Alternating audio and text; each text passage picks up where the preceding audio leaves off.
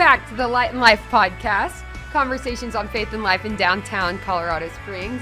I'm your host again, Liza, here with Pastor Tim. Hey, Liza. Hey, what's new?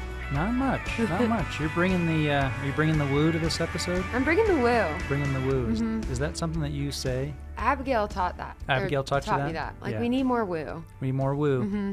Can you explain what that means? Yeah, it's different from, like, Riz. Mm-hmm. Yeah. Oh, gosh. Oh, gosh. Oh, gosh.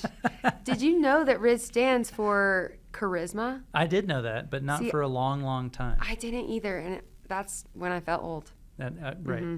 Some high school girls drilled me on my lingo. Really? It's like, I really don't feel like I'm that old. I'm young. Did you misuse Riz? No, I just heard her say, oh, he's got Riz, you know it means charisma. And I had to just be like, oh, hold up, what? What? Yeah. Because I was trying to just brush it off because I hear Riz all the time and I think of it in like a flirty setting. Yes. You know, like that boy has Riz. Right. Had no Like clue. you wouldn't walk away from Sunday morning and the pastor like gave a good sermon.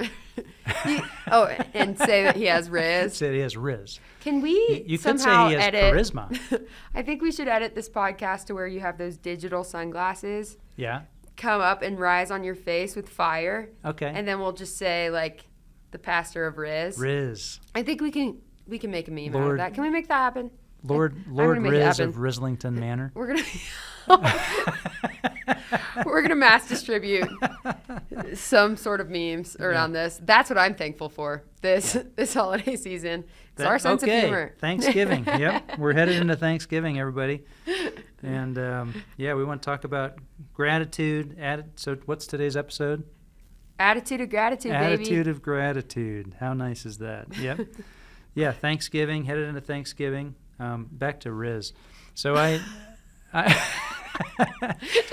heard a new one. Okay. He's got pull. Is that something that you've heard? Like Pull? Yeah, Pull. Like I've he's heard got he pull. pulls. He pulls. Okay, that's that was a misfire. You botched it. I That's botched okay. it. He pulls. All right. Yes, I have heard that one. Okay. Mm-hmm. Which means He's got game. he's got game. Which Mm-hmm. means He is good with the ladies. good with the lady. Yeah. Knows the right things to say. Okay. Yeah. So now you're in. He can charm a female suitor. Exactly. Okay, He can court her. Could possibly court her well. under the right circumstances with the respectful Yes. attention of the parents in Yes. the room. Okay, got it. Good. Whew, that's what I thought it That was a meant. close one. That was a close one. All right. Anyway, going back to the topic of Thanksgiving. Thanksgiving. Yeah. Attitude of gratitude. I see right here we wanted to get into some family traditions. Do you have any? I do, but not necessarily for Thanksgiving, other than my grandma makes these really, really yummy butter rolls from scratch. Oh, nice. And we would all go around, hold hands, say a blessing. And after that, we would say what we were thankful for. And every year, someone says the butter rolls. And unironically, they mean it. That is what they're thankful for. They just look down and they see the that butter rolls. roll. Mm-hmm. But I had the opportunity to go to Thanksgiving with At my you place. and your family Yep. last year. So I don't know. That felt like a little, we haven't had this many people at Thanksgiving before. It was big. It was big, and it was so awesome. But I'd love to know what I think your it's happening again. Really? I think so. party at Tim's. Let's go. Whoever's in town, people that are not, because we're in town, we're having Thanksgiving. That's exciting. That's good to know. Uh-oh. Maybe this shouldn't have gone out on the podcast. We're broadcasting the message of this. And the rager. address is. But I'd love to know what your holiday traditions are in Thanksgiving. Yeah. When it's not in that setting. Yeah, so the rolls that it's your grandmother that makes rolls. Mm-hmm. Is it like a croissant where she rolls it up, or is it like a yeast roll? It's like a little Golden Corral. It's kind of folded and flaky, but it's not necessarily croissant. I don't know how to explain it. It's like a biscuit butter roll. Yes. Nice. Have you seen that video of that poor man who's trying to say baked in a buttery, flaky crust? I have not. We're going to have to put that in the blooper reel. All right. Mm-hmm. But yeah, so our traditions were, I think the one that if someone asked me about, do you have a Thanksgiving tradition, the thing that I remember the most is my mom would get she had like a silver bowl that only came out on this occasion, and it had in it enough corn kernels for everybody around the table, and you got your corn kernel, and then you passed the silver bowl, around the table. And when it came to you, you dropped your corn kernel in the bowl, and you said what you were thankful for. Aww. And as kids, boy, were we annoyed. Like, like, Mom. Yeah. Why do we have to do this? We have to every do year? this every year. It's so annoying. Mm-hmm. I'm thankful that I'm done saying what I'm grateful for, or whatever it was. And actually, we just watched like a little family movie or something, and it was me and my brother and my stepsisters, and this whole thing got filmed on like the old camcorder, like shoulder weight camcorder. And it was just funny to watch. I forget I was just like, I'm grateful for turkey or something like that. Yeah. And but I've got to give her full props that I remember that. And we, as a family, we try to execute some kind of gratitude moment to make Thanksgiving not about just jamming food in and falling asleep, but about gratitude, like setting the tone that this is about being grateful. Yeah, so I'm grateful for it. That's awesome. I can't really think of many crazy Thanksgiving traditions. We would watch the Charlie Brown Great Pumpkin. That's Thanksgiving, right? Or is that more Halloween? That's Halloween. Great Pumpkin Halloween. There's a Charlie Brown Thanksgiving episode that nobody likes. Oh, really? Yeah. Bummer. Yeah. Never flew. Never got off the ground. But there is flag football that always goes around. Okay. In our neighborhood. Okay. Which was fun. I was always scared because the boys in the neighborhood were really competitive, and if I wasn't gonna beat them, I didn't want to try. Okay. Yeah. Yeah. But we had traditions for other holidays. I don't know if I brought this up before, but for Easter, for example, we would hard boil eggs and dye them. Okay.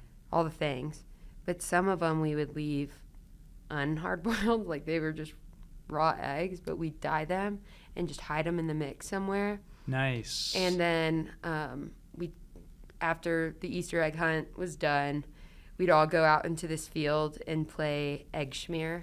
Nice. Is what we coined it, and hit them with a baseball bat. Okay. And see how far we could launch them. Nice. But if you got a raw one, you got pretty covered, and it was just a fun. That's cool. Fun memory. So we got to come up with something. Yeah, when we would go to Abigail's parents in Lancaster County, Pennsylvania, after Thanksgiving, we would gather up all the pumpkins, and other families would bring their pumpkins from their house, and we would do this big pumpkin roll down the sheep meadow. They had sheep in their farm. It's just like a beautiful place. But you'd roll the pumpkins until they just went to pieces, and you'd smash them into each other and stuff. Because they had animals that would come eat all the pumpkin in that field, and so that was a lot of fun. But being thankful, attitude of gratitude. I mentioned in the notes this book by Ann Voskamp that's called 1,000 Gifts. Did you ever read this book? No, I have it, and I own it. I've just never read it. I mean, this was the book that made her famous because it just flew off the shelves and was a real blessing. It's a long time ago now that came out, but she wanted to increase people's gratitude, but it's deeper than that, because her personal story was that she needed to find a way out of some pretty dark depression and some pretty deep wounds in her life. Actually, when she was a child, her little sister she grew up on a farm, and she saw when her little sister was hit by a delivery truck and was killed. And so that impacted her horrible. so deeply that she had a really dark period in her life. She's had a lifetime of mental health struggles. Mm-hmm. But the thing that really got her out of the well was when somebody suggested to her that she should try to keep a gratitude journal. So she started writing things down, like, I'm just going to write down a few things a day. And then she, just kept going, and she got up to 100, and she kept going and got up to, 500, and she's like, oh, I'm just going to go for 1,000. She got up to 1,000, and she just got in this rhythm of listing things that she was grateful for, and it totally changed her life. Just totally changed her attitude.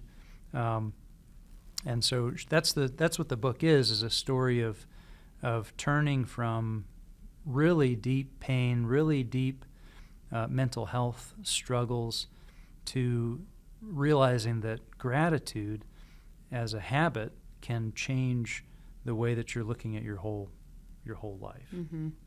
Yeah, I do remember. It was maybe 2 or 3 years ago. You brought this up in a sermon one time, and I remember you pointing out a few of the things that she said she was grateful for. Okay. In this book. Yeah. And they were so niche because usually you think of, I'm thinking of us all holding hands at the table and someone says butter rolls, right? But right. It normally starts with roof over head, food, water, family. Yeah.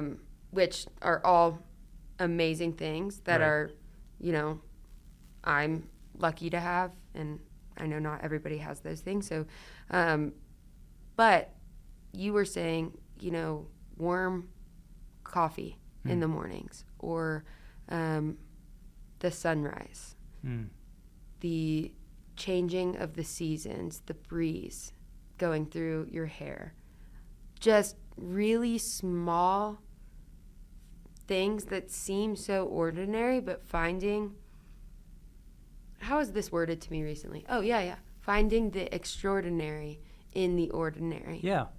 And my friend Abby, lover, when I was going through a really hard time, encouraged me to do something similar where I wrote down, she called it a daily delight. Okay. So instead of at the beginning of the day, we were like, these are all the things I'm thankful for.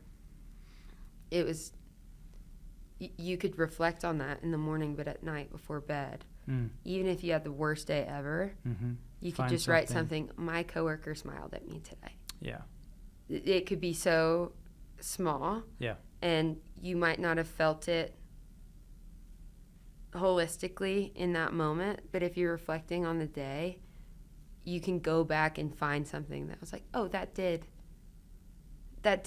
change things. Yeah. Even if it is someone smiling at you, or finding, $2 in your pocket. Yeah. You washed them in the dryer, right? So yeah, I do think writing things down is super helpful. I haven't done it in a while, but. And I think you're not always wanting to be like legalistic about like, I've got to write down 10 things, or I've got, but I think what people find is with a number like that, like I got to find, if there's a chart, like you go a little deeper. Like it's not just like around Thanksgiving, like I'm thankful for family, I'm thankful for, living in a good country and my job, which are great things. But you're forced to get a little bit more imaginative and to pay a little bit more attention. So it's like a beautiful sunset. Well, it's not like you go a little bit deeper, like the fact that those colors were in the sunset this morning. That color orange, and that delighted my heart. Like, and as a Christian, you have this theological awareness that none of that had to be that way at all. Like for something to exist and live, you can imagine God just setting us up as just like little robots in a sterile environment or something. And hey, you got your food, you got your water, you got your and none of it tastes good, none of it is refreshing, none of it gives you any pleasure, but or evokes emotion at all. yeah, Right. none of it evokes emotion. But no, God set it up in a way that that color brown in that soil, or that color in the sky, or that way the person smiled at you unexpectedly, or something, that it's like,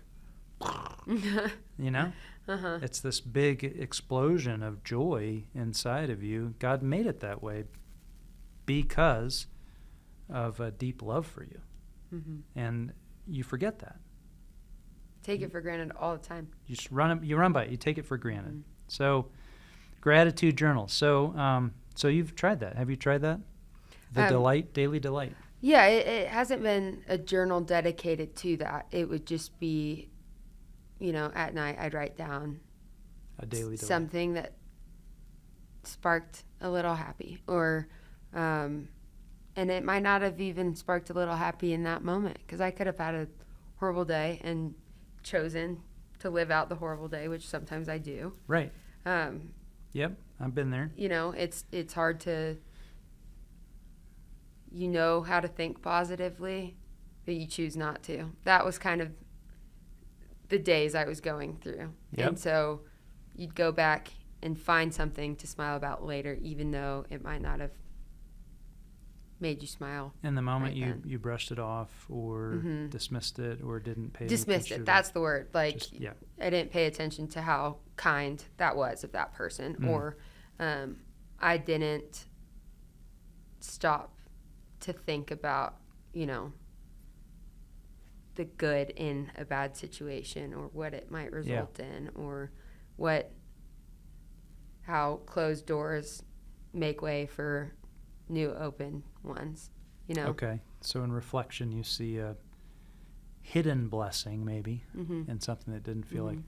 But over time, it started to help me notice them during the day, because I knew I was going to have to write something down at the end of the day. Okay. And overall kind of changed my posture. I wouldn't say I'm like amazing at expressing gratitude, Yeah. but I would say I am better able to identify the small things than I used to be, So even that's in dark times. I've got a quote for that Okay. in the notes here.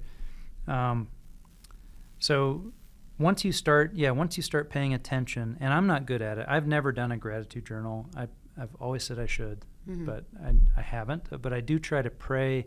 I pray that acronym ACTS, where you do adoration, confession, thanksgiving, supplication, and Mm-hmm. if I try to have my prayers in that pattern, so that before I'm asking God for something at the end, and that S is supplication, which just means asking, I go through the T first, which is thanksgiving. So I'm trying to practice thanksgiving in my prayers more. I'm trying to grow in that more, but I can totally blow by the blessings, and I'm with you. Like, if I'm in a down day, it's like I want the world to be bitter to match the bitterness that I've Mm-hmm. decided to taste. Have you ever But- been in a room where someone's so joyful that Oh, you're just like, just get out of here. yeah, read the room. Read the room. RTR. No Riz. Okay. But Henry Ward Beecher, and this was a Presbyterian pastor, Congregationalist Reformed pastor. Anyway, Harriet Beecher Stowe's brother. Okay. She wrote Uncle Tom's Cabin. Got it. So he also was really involved in the fighting against slavery in the U.S. Yeah. But here's a quote from him. "The unthankful heart discovers no mercies, but let the thankful heart sweep through the day, and as the magnet finds the iron, so it will find in every hour some heavenly blessings." So I like that, because it's like you were talking about. Once your eyes are turned, then you're passing through your day, and you're like a magnet. Have you ever done that thing where you put the magnet in the sand and all the little iron filings come out? I haven't done that for a long time. Did you ever have the little magnet stones that you'd throw up and they'd catch and make a noise. In the sky? Yeah. Yes. And you're not in the sky, but yeah, you throw them in the air. Yeah, so once your heart is watching more for things to be thankful about, you start to find more. The magnet finds the iron, which is just healthy. There's secular studies that positive psychology they call it, that are just making a case that gratitude can change your life, that it can make you physiologically healthier, it can improve mental health, it can reduce stress and anxiety, and so people are just being trained on gratitude journals and practicing gratitude without any reference at all to Christ or to God, just because this is a healthy thing to do as a human being. But what's amazing for us as Christians is God commands us to do it. Is there something that recently, and I'm putting you on the spot, just because you run away from the microphone doesn't mean you don't have to answer. He just leaned back. My microphone's cutting out. Is there something that you've been noticing recently that's out of the ordinary, besides in the area of Thanksgiving or blessing? Liza. Sorry. I am going to say something. I can go first. Would that help? Do you know? Yeah, you go first. You sure? Yep. Positive? Go first. Positive. I think the way that snow falls and then melts away is the coolest thing ever, because it changes the whole landscape of, like, my backyard, for example. Okay, yeah. You could leave something in your backyard and it's completely covered and you forget that it's there. I know this because this has happened recently. And then suddenly it's revealed when the snow melts. You're like, oh my gosh, that's right there, and that's a little happy. Like, oh, I found this, little, what did I have? It was like a little trinket. I can't remember what it was. It was out in the grass. But I was like, guys, look what I found. It's like a surprise, like Christmas morning. Yeah. It's just beautiful, the changing of seasons. I mentioned it earlier. That's something I take for granted because it just happens every year. But it's insane. It's insane how your environment changes and how beautiful it is. Yeah, I don't know.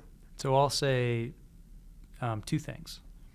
One is I've always loved fly fishing, but I've had some experiences this year where I finally really broke the seal with some fly fishing experiences here in Colorado Springs, and one of them was learning to tie my own flies, and I caught fish on something that I made, which was just awesome. And I love rivers. I love being around rivers. I love being in rivers.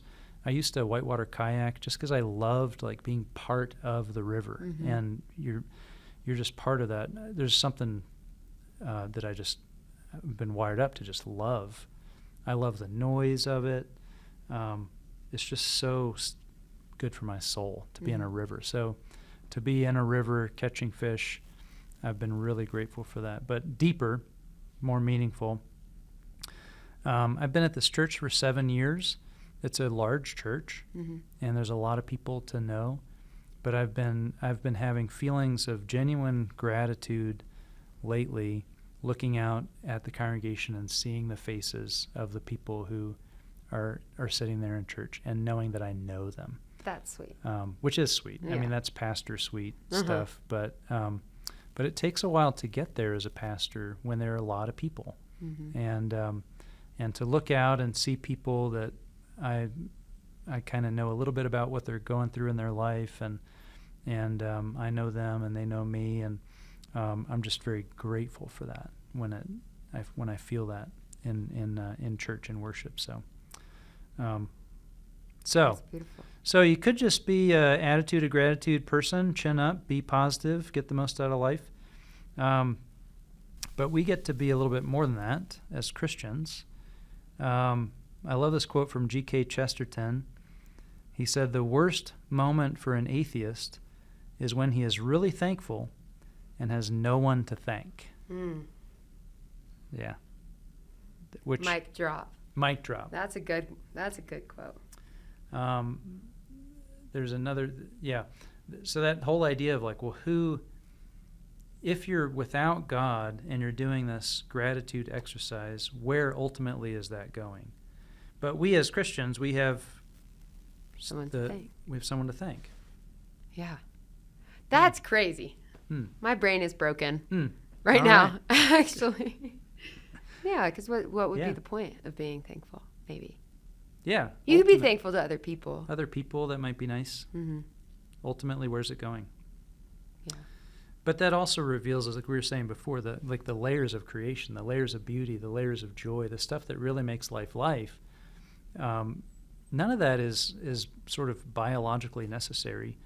Someone can make an argument that it has certain purposes, but ultimately, I mean, these things produce joy because God wants you to have joy, and it's just amazing to practice gratitude to the Lord. So anyway, how do you practice gratitude what are the things that you do? I mean, you've got a job where you have a lot of people to take care of that need to feel special about their relationship with you. Yeah. Do you do thank you notes? Do you do all the time special gifts? Mm-hmm. I'll do little, like just the other day I dropped off little bundt cakes. It's just like, happy Halloween, thanks for your business. Right, but more so I think deep-rooted people who are in my circle of just really deep spiritual, emotional, personal friendship and relationships, the way that I express gratitude to them differs based on who they are, and I think that's a beautiful thing. Because what I'm learning is the way that people, and I think expressing gratitude is a way to love someone. But I think people love each other, or we tend to love each other the way that we want to be loved. Yes. And not everyone wants to be loved the same way that you want to be loved. Right. So, like in dating relationships, someone might be, I'm sure you've heard of the love languages. Yeah, the 5 love languages. Yeah, someone might be in acts of service and want to be loved through acts of service. Because they want to be loved that way, they give acts of service, and then it kind of maybe builds resentment or something because they're not receiving acts of service back. Yeah, and they're like, you don't ever show me that you love me. Like, you never and the person's like, well, I've been serving you in a different way. Yeah. And so that's what I'm learning, like, in gratefulness. Some people like gifts because it's, it's not necessarily for the materialism of it. It's for the, like, hey, this made me think of you. Yeah. Thank you for being the way that you are. Mm-hmm. But then another thing could just be expressing gratefulness by setting aside time with someone and spending time with them and verbally letting them know what they mean to you. So you're learning how to not only just throw gifts out, like as part of your, a lot of people do that in your career, but to specialize in acts of gratitude that actually match that person. The way that they receive. The way that they receive it. Yeah, that's awesome. And it's had to be through a lot of questioning. Yeah. So there's some turbulence there. Yeah. Because I could think I'm loving someone really well and going out of my way to, and that's not at all how they want to be loved. And they're like, you never did anything for me. Mm-hmm. So I think in the same way, like we've got different ways that we practice gratitude for one another. We need to also develop our ways of practicing gratitude toward God. Mm-hmm. Some of the stuff that we talked about already. Journaling is a great way to do it, including it in your daily prayer life, that you're going to intentionally give thanks to God. I mean, like we've said, we have someone to thank. We don't have to just sort of receive it, be like, oh, that was fine. You've got a God to say, that was beautiful, to write your gratitude list and then give that to the Lord and say, Lord, thank you for this. This is awesome. And then it deepens the relationship, just like with someone else. When you give them an act of thanksgiving that means something to them, whether it's a written note or a gift or time or an appreciation text or whatever, you've hit them in the way that they want to be hit. Well, God is ready to receive our gratitude and to meet us in that right channel of journaling or prayer or worship. I mean, coming to give the Lord worship on a Sunday morning. I hope people are walking into church not just thinking, oh, I hope I'm going to get a lot out of this, but are walking into church because I've received so much of the Lord. I want to come to church and lay something down of gratitude before the Lord. I want to worship the Lord because of how good he's been to me. And I think when you get into those habits of journaling and prayer and worship, then you grow in your thanksgiving toward God. You grow an attitude of gratitude, and then you can even give thanks when times are tough, when it's not easy to find that iron filling in the sand, that iron filing in the sand, or that hidden blessing. When it's not easy to find those things, you can still give thanks because God is still good. And it's amazing that God commands us to do the things that give us the most life, like giving thanks. That's amazing. So, folks, I'm so sorry, but we're running out of time here. So if you're enjoying these conversations on faith and life, leave us a review as always. And we'd love for you to join with us in the conversation. So again, if there's a topic that you want us to touch on, we'd be happy to. Just send an email to firstprescos.org, podcast@firstprescos.org. Or if you're watching the video version on YouTube, leave a comment below and we'll take a look. And we'll look forward to seeing you in the next episode when we discuss influencers, or people who shaped your life and faith. So thanks for listening. I mean, we'll just leave it hanging there. Maybe we're going to talk about like key social media influencers. Yeah, maybe the Kardashians. The Kardashians. I don't know. See y'all next time.